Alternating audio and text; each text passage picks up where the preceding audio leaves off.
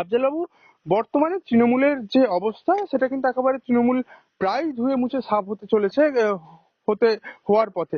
কারণ একাধিক তৃণমূলের তাবড় নেতা মন্ত্রী, কোথাও বিধায়ক, কোথাও আবার কাউন্সিলররা পর্যন্ত একেবারে একাধিক দুর্নীতি, কোথাও আর্থিক দুর্নীতি, কোথাও মহিলাদের কাহানি, বা কোথাও বেআইনি জায়গা জবরদখল করে প্রাসাদোপম যে বিল্ডিং তৈরি করা, সেই সবের জন্য একাধিক অভিযোগ। যেমন শওকত মোল্লা এখন মানে গোটা তৃণমূল কি তাহলে এখন জেলের পথে?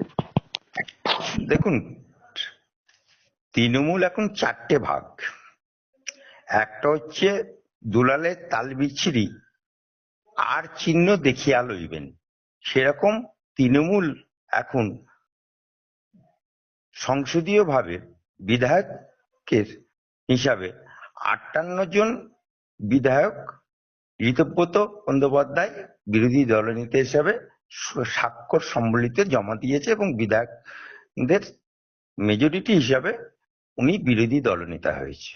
বাকি বিধায়ক এখনো অভিষেক বা মমতা ব্যানার্জির দিকে আছেন। সুতরাং সেই দুলালের তাল মিছরির মতো আর চিহ্ন দেখিয়া লইবেন। এখন কারা ঋতব্রত বন্দ্যোপাধ্যায়ের তৃণমূল করছে আর কারা অভিষেকের তৃণমূল করছে, এখন খুব মানে গভীর সংকটের তৃণমূল। এটা গেল দুলালের তাল মিছরি আর চিহ্ন দেখিয়া লইবেন।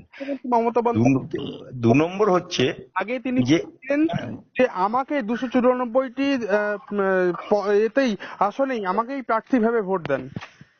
হুম, ওই তো বলছি, ওনাকেই সবাই ভোট দেখে ভোট দিয়েছে। 80 80 মানে কাশিতে চলে যাও। সে 80 থেকে এখন 58টা ঋতব্রত তৃণমূল হয়ে গেছে। আর বাকি এখনো পর্যন্ত তারা সই করেনি। তারা নাকি এখনো পর্যন্ত ওদের চলাম ওর নাম কি, ছিনাল ঘোষ, বাপমার নাম রেখেছে কুণাল ঘোষ, জেল খাটা আসামি, ওরা সব একদিকে আছে। আবার ফিরহাদ হাকিম, তিনিও কলকাতা মেয়র থেকে পদত্যাগ করলেন, বিভিন্ন জায়গায় পদত্যাগ করছে। সুতরাং এখন পদত্যাগের হিড়িক পড়ে গেছে। আর লোকসভাতেও শুনতে পাচ্ছি ওখানেও একটা গোষ্ঠী, কাকলি ঘোষ দস্তিদারের নেতৃত্বে আর কল্যাণ ব্যানার্জির নেতৃত্বে দুটো আলাদা আলাদা গোষ্ঠী হচ্ছে, এখনো হয়নি, হবে। আর বাকি যেটা আমি বলতে চাইছি যে তৃণমূলের আর 3টে ভাগ হচ্ছে। বেল, কিছু লোক বেলে আছে, জেল, কিছু লোক জেলে আছে, আর কিছু লোক এই জেল থেকে মানে সিবিআই বা ইডি বা পুলিশ এই ডাকলো বলে, মানে জেলে ঢুকলো বলে এই পজিশন হয়ে আছে। এখন তৃণমূলের যা দুর্নীতি, যা মধু ছিটেছে, বা যেভাবে 15 বছরে বাঙ্গালকে কাঙ্গাল করেছে অভিষেক ব্যানার্জি, আর ধৃতরাষ্ট্র হিসাবে চোখ বন্ধ করে মমতা ব্যানার্জি সাপোর্ট করে গেছে, এতে ঠকবাসতে গাঁ উজাড় হয়ে যাচ্ছে। এবং আমার সিএম বলেছে যে যা পরিস্থিতি, ব্রিগেড ময়দানটা না লাগে ওদেরকে জেলে রাখতেন। তা সেই অবস্থা, ব্রিগেড ময়দানটাই না আমাদেরকে ঘিরে জেল, মানে ব্রিগেড ময়দান না করে ওখানে জেল ময়দান না করতে হয়। তাই ডিজে বাবু থেকে শুরু করে যিনি বলেছিলেন 4 তারিখ আনে ডিজে, রবীন্দ্রসঙ্গীত ডিজে বাজবে, ডিজে বাজবে, কোন বাপ বাঁচায়। এখন অভিষেক বাবুর ডান হাত, মমতা ব্যানার্জি কিছুদিন আগে বলেছিলেন শওকত মোল্লা ওনার ডান হাত, এখন ডান হাত জেলে। শওকত মোল্লার ঘনিষ্ঠ এখনো অনেক নেতা আছে, তারা যাবে জেলে। পরেও তৃণমূল কংগ্রেস আর সর্বভারতীয় তৃণমূল কংগ্রেস থাকবে, বা সর্বভারতীয় সাধারণ সম্পাদক অভিষেক ব্যানার্জি থাকবেন? মানে দেখুন, একটা জিনিস আপনাকে বলি, নির্বাচন কমিশন দ্বারা মমতা ব্যানার্জির দল তৃণমূল কংগ্রেস ভেঙে যে তৃণমূল কংগ্রেস জন্মেছিল, এবং বিজেপির লেবার রুমে যার জন্ম হয়েছিল, যে চিহ্নটা বিজেপির লেবার রুম থেকে বেরিয়েছিল, ঘাসের উপর জোড়া ফুল, সেই বিজেপির সাথে বিশ্বাসঘাতকতা করেছে, বাংলার মানুষের সাথে বিশ্বাসঘাতকতা করেছে।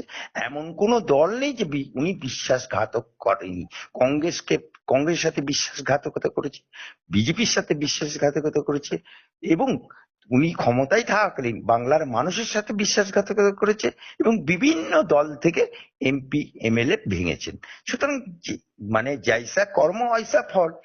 উনি একদিন দল ভেঙেছিলেন, উনারই দল এখন ভাঙছে। আর ওই ব্রিগেড, আমি মুখ্যমন্ত্রীকে বলতে চাই, ব্রিগেড করার দরকার নেই। প্রতিটা জেলখানাতে নতুন করে আরো বিল্ডিং বাড়ান, আলিপুর জেল, সেন্ট্রাল জেল থেকে আরম্ভ করে সমস্ত জায়গায়।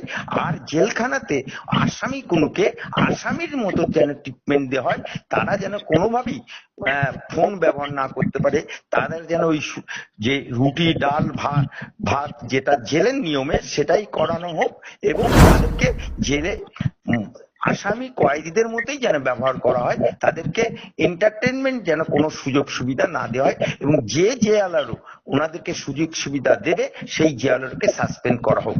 এবং মুর্শিদাবাদ জেলা থেকে শুরু করে আপ টু দার্জিলিং পর্যন্ত, এদিকে সুন্দরবন থেকে শুরু করে সমস্ত জেলাতে ঘুটে কোণের বেটারা, পঞ্চায়েতের সদস্য থেকে, পঞ্চায়েতের প্রধান থেকে, জেলা পরিষদের মেম্বার থেকে, জেলা পরিষদের সভাপতি থেকে, পঞ্চায়েত সমিতির সভাপতি পর্যন্ত সবাই এখন মধু চেটেছে,